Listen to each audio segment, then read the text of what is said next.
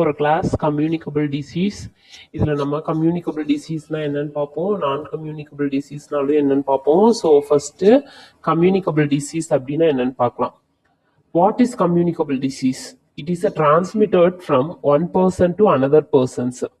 அதாவது எந்த ஒரு இன்ஃபெக்ஷன் ஆகட்டும், டிசீஸ் ஆகட்டும், ஒரு பர்சன் கிட்ட இருந்து இன்னொரு பர்சனுக்கு ஸ்ப்ரெட் ஆகுதோ அதுதான் வந்து கம்யூனிகபிள் டிசீஸ் அப்படின்னு சொல்லி சொல்றாங்க. எக்ஸாம்பிள் டியூபர்குலோசிஸ், அதாவது காசநோயின்னு கேள்விப்பட்டிருக்கீங்களா? அதான் டியூபர்குலோசிஸ்ன்னு சொல்லுவாங்க, ஷார்ட்டா டிபி அப்படின்னு சொல்லுவாங்க. காசநோயானது ஒரு மனிதன்கிட்ட இருந்து இன்னொரு மனிதனுக்கு ஈஸியா ஸ்ப்ரெட் ஆகக்கூடிய டிசீஸ். எப்படி ஸ்ப்ரெட் ஆகுது அப்படின்னா இருமல், தும்மல் இது மாதிரி இதுல அவங்களுக்கு ஸ்ப்ரெட் ஆகுது. ஸோ கம்யூனிகபிள் டிசீஸ் அப்படின்னா ஒரு பர்சன் கிட்ட இருந்து இன்னொரு பர்சனுக்கு ஈஸியா ஸ்ப்ரெட் ஆகிற டிசீஸ் தான் வந்து கம்யூனிகபிள் டிசீஸ் அப்படின்னு சொல்லி சொல்றோம். நெக்ஸ்ட் வந்து இன்ஃபெக்ஷியஸ் டிசீஸ் அப்படின்னா இன்ஃபெக்ஷியஸ் ஏஜென்ட்னால ஸ்ப்ரெட் ஆகக்கூடிய டிசீஸ் வந்து infectious disease. Next non communicable disease. Communicable டிசீஸ்க்கு ஆப்போசிட் இருக்கிறது நான் கம்யூனிகபிள் டிசீஸ். அதாவது ஒரு டிசீஸ் ஆனது ஒரு பர்சன் கிட்ட இருந்து இன்னொரு பர்சனுக்கு ஸ்ப்ரெட் ஆகாத டிசீஸ் தான் வந்து நான் கம்யூனிகபிள் டிசீஸ். எவ்வளவு நாள் ஆனாலும் அந்த டிசீஸ் அஃபெக்ட் பண்ண பர்சன் பக்கத்துல நம்ம இருந்தாலும் நமக்கு அது தொற்றாது.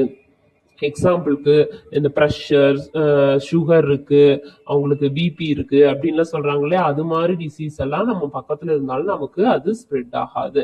கார்டியோவாஸ்குலர் டிசீஸ் கூட நம்ம எக்ஸாம்பிள் எடுத்துக்கலாம். ஹார்ட் டிசீஸ் எல்லாம் ஒருத்தவங்களுக்கு இருக்கு அப்படின்னா நமக்கு வந்து அது ஸ்ப்ரெட் ஆகாது, இன்னொருத்தவங்களுக்கு அது ஸ்ப்ரெட் ஆகாது. டயபெட்டிஸ்னா என்ன? சுகர்ன்னு சொல்லுவாங்களே, அதுதான் டயபெட்டிஸ், நீரிழிவு நோய் அப்படின்னு சொல்றாங்க. இப்போ கம்யூனிகபிள் டிசீஸ்னா ஒரு மனிதன் கிட்ட இருந்து இன்னொரு மனிதனுக்கு ஸ்ப்ரெட் ஆகாத டிசீஸ் தான் வந்து என்னது கம்யூனிகபிள் டிசீசஸ். நெக்ஸ்ட் ஐசோலேஷன் என்னன்னு பார்க்கலாம். ஐசோலேட் அப்படின்னாலே தனிமைப்படுத்துதல், அதாவது it is a complete separation from others. மற்றவங்க கிட்ட இருந்து அந்த டிசீஸ் அஃபெக்ட் பண்ண பர்சனை தனிமைப்படுத்தி வைக்கிறதா என்னது ஐசோலேஷன். இப்ப பாத்தீங்கன்னா கொரோனா அப்படின்னு சொல்றாங்க. கொரோனா வந்து என்னது? It is a communicable disease. அப்படிதானமா ஒருத்தவங்க கட்டுறது இன்னொருத்தவங்களுக்கு ஈஸியா ஸ்ப்ரெட் ஆகக்கூடிய டிசீஸ். எப்படி ஸ்ப்ரெட் ஆகுது? இருமல், தும்மல், அது மாதிரி அவங்க தொட்ட இடத்தை நம்ம தொட்டணும், அது மாதிரி எல்லாமே வந்து இது ஸ்ப்ரெட் ஆகுது. ஸோ இது வந்து கம்யூனிகபிள் டிசீஸ் அப்படிங்கிறாங்க.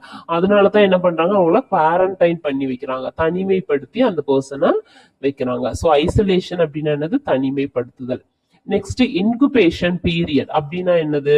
Incubation period is the period between exposure to an infections and the appearance of the first symptoms. அதாவது ஒரு டிசீஸ் நமக்கு வருது அப்படின்னா இன்ஃபெக்ஷன் ஆனது நம்ம உடம்ப தாக்கி இருக்கணும். வைரஸோ பாக்டீரியாவோ ஏதாவது ஒண்ணு நம்ம உடம்ப தாக்கி இருக்கணும். நம்ம உடம்புக்குள்ள அந்த வைரஸோ பாக்டீரியாவோ வந்ததுல இருந்து நமக்கு ஃபர்ஸ்ட் சிம்டம் தெரியற அந்த இடைப்பட்ட கால அளவு தான் என்னது? Incubation period.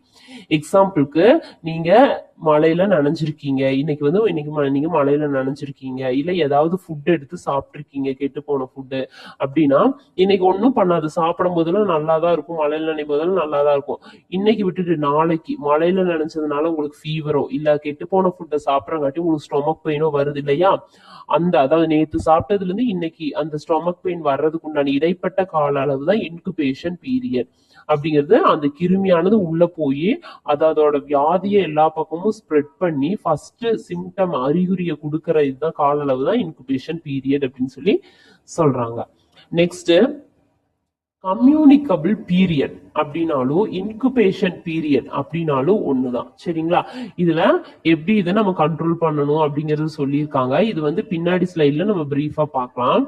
Next types of communicable disease. Communicable டிசீஸ்னா ஸ்ப்ரெட் ஆகக்கூடிய டிசீஸ் சொல்லியிருக்கேன். அது என்ன டைப் இருக்குன்னா respiratory infection, intestinal infection, arthropod infection, surface infection, sexually transmitted infection அப்படின்னு சொல்லி சொல்றாங்க. ஸோ ரெஸ்பிரேட்டரி இன்ஃபெக்ஷன் அப்படின்னா நம்ம மூச்சு விடும்போது அப்படி எல்லாம் ஸ்ப்ரெட் ஆகக்கூடியது ரெஸ்பிரேட்டரி. எக்ஸாம்பிள் டியூபர்குலோசிஸ், காசநோயின்னு சொல்றாங்க. இன்டெஸ்டினல் இன்ஃபெக்ஷன் என்னது? வயிறு சம்பந்தமான உறுப்புகள் இருந்து வரக்கூடிய டிசீஸ் தான் வந்து இன்டெஸ்டினல் இன்ஃபெக்ஷன். Example hepatitis. ஹெப்படைட்டிஸ்ங்கிறது லிவர்ல வரக்கூடிய ஒரு டிசீஸ், கல்லீரல வரக்கூடிய டிசீஸ். அடுத்தது ஆர்த்ரோபான் இன்ஃபெக்ஷன் அப்படின்னா பிளேக் வந்து உங்களுக்கு ஆல்ரெடி தெரியும். சர்ஃபேஸ் இன்ஃபெக்ஷன் அப்படின்னு பார்த்தோம்னா லெப்ரசி, அதாவது ஓவராலா ஸ்கின்ல வரக்கூடிய டிசீசஸ், அதாவது அதுதான் லெப்ரசி. லெப்ரசின்னா அந்த குஷ்டம் அப்படின்லாம் சொல்றாங்களே அது. செக்ஷுவலி டிரான்ஸ்மிட்டட் டிசீஸ்னா செக்ஷுவல் கான்டாக்ட் இருக்கிறதுனால நமக்கு வரக்கூடிய டிசீசஸ். எய்ட்ஸ்ங்கிறது வந்து செக்ஷுவலி எஸ்டிடி, அததான் செக்ஷுவலி டிரான்ஸ்மிட்டட் டிசீஸ்ன்னு சொல்லுவாங்க. ஷார்ட்டா எஸ்டிடி அப்படின்னு கூட எங்களை எக்ஸாம்ல கேட்பாங்க. எக்ஸாம் வரும்போது இதெல்லாம் கேட்பாங்க. நெக்ஸ்ட் மோட் ஆஃப் டிரான்ஸ்மிஷன் அப்படின்னா என்ன? ஓகே, கம்யூனிகபிள் டிசீஸ்ங்கிறது டிரான்ஸ்ஃபர் ஆகுது, ஒரு பேஷண்ட் வந்து இன்னொரு பேஷண்ட்டுக்கு வந்து ஸ்ப்ரெட் ஆகுது. ஸோ எந்தெந்த வழியில ஸ்ப்ரெட் ஆகுது அப்படின்னா இதை ரெண்டா டிவைட் பண்றோம், டைரக்ட், இன்டைரக்ட் அப்படின்னு. டைரக்ட்னா என்ன? டைரக்ட் கான்டாக்ட், அதாவது டைரக்டா ஒரு பர்சனை போய் தொடர்றது, இதெல்லாம் வந்து டைரக்ட் கான்டாக்ட். வெர்டிக்கல் டிரான்ஸ்மிஷன்னா என்னது?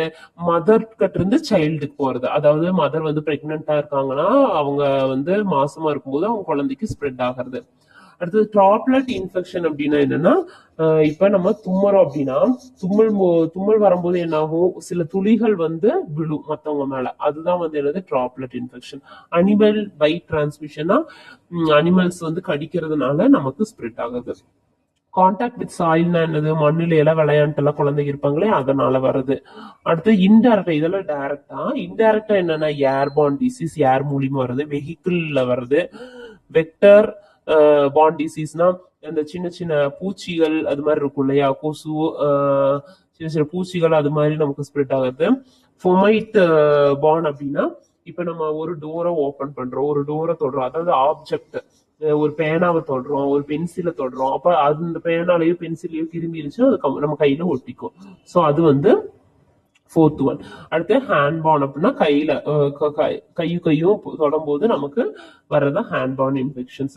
ஸோ இதெல்லாம் டைரக்டா இன்டைரக்டா வரக்கூடிய டிரான்ஸ்மிஷன். ஸோ இங்க பாத்தீங்கன்னா நான் அப்படியே சொன்னதுதான் இதுல வந்து டிராயிங்கா கொடுத்துருக்காங்க. ஹேண்ட்ல இந்த கிருமிகள் வர்றது, வாட்டர்ல ஸ்ப்ரெட் ஆகுது, இந்த நீர்த்துளிகள் மூலியமா ஸ்ப்ரெட் ஆகிறதெல்லாம் இந்த டிராயிங்ல கொடுத்துருக்காங்க. ஸோ என்னென்ன டிசீசஸ் எல்லாமே இருக்கு கம்யூனிகபிள் டிசீஸ் அப்படின்னா ஒரு 10 டிசீசஸ் மட்டும் இருக்கு, ஆனா நிறைய இருக்கு. 10 டிசீசஸ் மட்டும் தான் இதுல சொல்லியிருக்காங்க. டியூபர்குலோசிஸ்னா காச நோய், சிக்கன் பாக்ஸ்னா என்னது? அம்மை, பெரியம்மைன்னு சொல்றாங்களே அது. மீசில்ஸ் தேர்ட் ஒன் அப்படின்னா என்னது? தட்டம்மை. இன்ஃபுளுயன்ஸானா கோல்டு அது மாதிரி எல்லாம் பிடிக்கிறது. டிப்தீரியானா என்ன அப்படின்னு பார்த்தோம்னா ரொம்ப சிவியரா, அதாவது த்ரோட் நோஸ்லி எல்லாம் இன்ஃபெக்ஷன் ஆகத்தான் டிப்தீரியா. ஹூப்பிங் கஃப் அப்படின்னா என்னது? ஆழமான இருமல், அதாவது உங்களுக்கு இருமும் போது ரொம்ப பிரீத் வந்து உள்ள இருந்து எடுத்து இரும்புவீங்க பாத்தீங்களா, அதுதான் வந்து ஹூப்பிங் கஃப். அடுத்தது கொக்குவான் இருமல்னு சொல்லுவாங்க ஹூப்பிங் கஃப். அடுத்தது டிசென்ட்ரி, டயரியெல்லாம் வயிற்றுப்போக்கு, டைஃபாய்டு ஃபீவர் கேள்விப்பட்டிருப்பீங்க, காலராவோ அதே மாதிரிதான் ஃபீவர் வருது. ஸோ இதெல்லாமே என்னது? கம்யூனிகபிள் டிசீஸோட எக்ஸாம்பிள். நெக்ஸ்ட், இந்த கம்யூனிகபிள் டிசீஸை எப்படி நம்ம ப்ரிவென்ட் பண்ணலாம் அப்படின்னா, கம்யூனிகபிள் இன்ஃபெக்ஷன் எப்படி ஸ்ப்ரெட் ஆகுது அப்படின்னு தெரிஞ்சுக்கிட்டோம்னாலே நம்ம ப்ரிவென்ட் பண்ற ஸ்டெப் ரொம்ப ஈஸி. அதாவது ஹேண்ட் மூலியமா, அதாவது ஒரு இடத்துல நம்ம தொடுறது, அது மூலியமா ஸ்ப்ரெட் ஆகும் சொல்லுவோம். ஸோ வந்து நம்ம ரெகுலரா ஹேண்ட் வாஷ் தரவா நம்ம பண்ணிக்கிட்டே இருக்கணும். அதுக்கப்புறம் டோரு இது மாதிரி எல்லாம் இருக்கு இல்லையா, அந்த இடத்துல நல்லா அந்த சர்ஃபேஸ் ஏரியாவை நல்லா டிஸ்இன்ஃபெக்ட் சொல்யூஷன் வச்சு நல்லா நம்ம கிளீன் பண்ணணும். ஃபுட்டு நம்ம குக் பண்ற ஏரியாவை நல்லா நம்ம கிளீனா வச்சிருக்கணும் அப்படிங்கிறாங்க. அப்புறம் குட் ஹைஜீனிக் பிராக்டிஸ் பண்ணணும், நல்ல ஒரு சுத்தமான முறையை வந்து நம்ம பிராக்டிஸ் பண்ணணும். ஃபுட்டு சமைக்கும் போதாகட்டும், நம்ம பர்சனலா ஹைஜீனிக் ஆகட்டும், குளிக்கிறது, தலை செய்வது, இதுலாம் வந்து சுத்தமான முறையை நம்ம ரெகுலரா ஃபாலோ பண்ணணும். அப்புறம் ஸ்பாயில்டு, கெட்டு போன உணவுப் பொருட்களை நம்ம உண்ணக்கூடாது. அடுத்தது அனிமல்ஸ், நம்ம வீட்டுல நாய்க்குட்டி இருக்கு, பூனைக்குட்டி இருக்கு அப்படின்னா அதையெல்லாம் வந்து அடிக்கடி நம்ம தொட்டுட்டு கை கழுவாம வந்து சாப்பிடக்கூடாது. அடுத்தது ரிசீவிங் அவைலபிள் வேக்சினேஷன். வேக்சினேஷன் என்னன்னா தடுப்பூசி. சோ நமக்கு வந்து எந்த ஒரு டிசீஸ் வரக்கு முன்னாடி நம்ம போடுறதுக்கு பேர் தான் தடுப்பூசி. அந்த டிசீஸ் வராம தடுக்கிறதுக்காக வருமுன் காப்பதே சிறந்தது. சோ வந்து ரிசீவிங் த அவைலபிள் வேக்சினேஷன். அடுத்தது taking anti malarial medicine. Anti malarian tablet வந்து நம்ம சாப்பிடணும் எப்ப? When travelling where there is a malarial risk. Travel பண்ணும்போது ஏதாவது வெளியூருக்கு போறோம், அங்க மலேரியா இருக்கோ இல்லையோ அப்படின்னு நமக்கு ஏதாவது தோணுச்சுன்னா அந்த டைம்ல நம்ம ஆன்டி மலேரியல் மெடிகேஷன்ஸ் வந்து எடுத்துக்கிறது ரொம்ப நல்லது. ஸோ இது மாதிரி எல்லாம் நம்ம பண்ணணும் அப்படின்னா நமக்கு கம்யூனிகபிள் டிசீஸ் ஈஸியா ஸ்ப்ரெட் ஆகாது. நம்ம இன்னைக்கு வந்து கம்யூனிகபிள் டிசீஸ்னா என்னன்னு பார்த்தோம், நான் கம்யூனிகபிள் டிசீஸ் பார்த்தோம், ஐசோலேஷன்னா என்னன்னு பார்த்தோம், இன்குபேஷன் பீரியட் அதாவது கம்யூனிகபிள் பீரியட் என்னன்னு பார்த்தோம், எப்படி அந்த டிசீஸ் வந்து ஸ்ப்ரெட் ஆகுது எது எது மூலியமா, அதாவது டைரக்ட் இன்டைரக்ட் பார்த்தோம், அப்படி ஸ்ப்ரெட் ஆகிறத எப்படி எல்லாம் ப்ரிவென்ட் பண்ணலாம் அப்படின்னு சொல்லி நம்ம பார்த்தோம். இது வந்து சின்ன கிளாஸ். இனி வரப்போறது ஒவ்வொரு டிசீஸை பத்தியும் பிரீஃபா நம்ம நெக்ஸ்ட் கிளாஸ்ல பார்ப்போம். Okay student, thank you.